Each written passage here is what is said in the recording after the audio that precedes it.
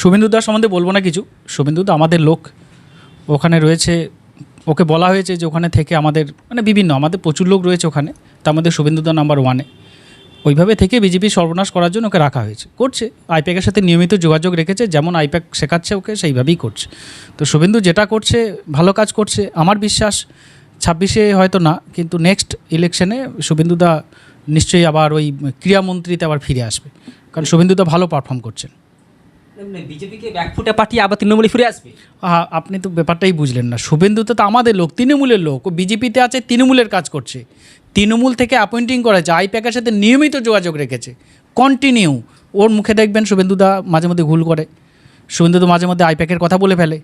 আসলে সকালে যেদিন আইপ্যাকের সাথে ওর কথা হয় সেই দিনই নামটা উচ্চারণ করে ফেলে।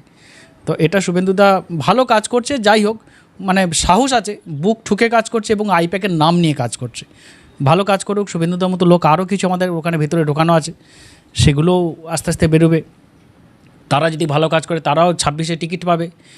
এখন শুধু মানে বহুবার আমি অন্তত 6টা বিধায়কের সাথে যোগাযোগ আছে।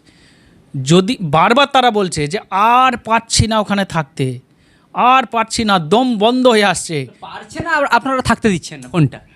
ওখানে থাকতে পারছেন, বলছে কবে আসবো ফুল ফর্মে, কখন তৃণমূলের আবার পতাকাটা নিয়ে দৌড়াবো রাস্তায়, শুধু এই অপেক্ষায় রয়েছে। কিন্তু আইপ্যাক থেকে নির্দেশ আছে, না তোমরা ওখানে থেকেই কাজ করো।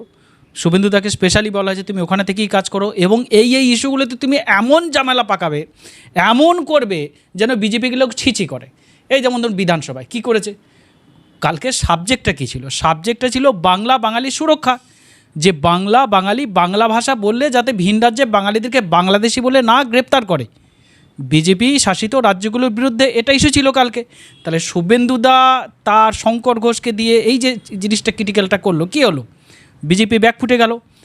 ওরা বিরোধিতা করতে এমন একটা সাবজেক্টে দেখবেন শুভেন্দুদা বিরোধিতা করে যেটা তৃণমূলে বেনিফিট।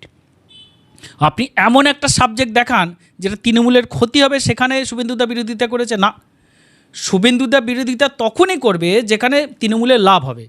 প্রত্যেকটা, আমি এক এক করে বলবো, প্রত্যেকটা সাবজেক্টে শুভেন্দুদা যেখানে বিরোধিতা করেছেন সেইখানেই তৃণমূলের লাভ হয়েছে। এটা হবে, কারণ শুভেন্দুদা আমাদের 1 নম্বরের লোক। যদি আমি আবার আপনার চ্যানেলকে বলে ফেললাম, বলা উচিত নয়, আমার ভাই সাদা মনে কাদা নেই, পেটে কথা রাখতে পারি না, বলে ফেলেছি। এর জন্য আর কিছু মানে মুখ থেকে তো কথা বেরিয়ে গেছে, আর কিছু করা নেই, তবু আমি কথাটা উইথড্র করে নিয়েছি, আমি কিছু বলিনি।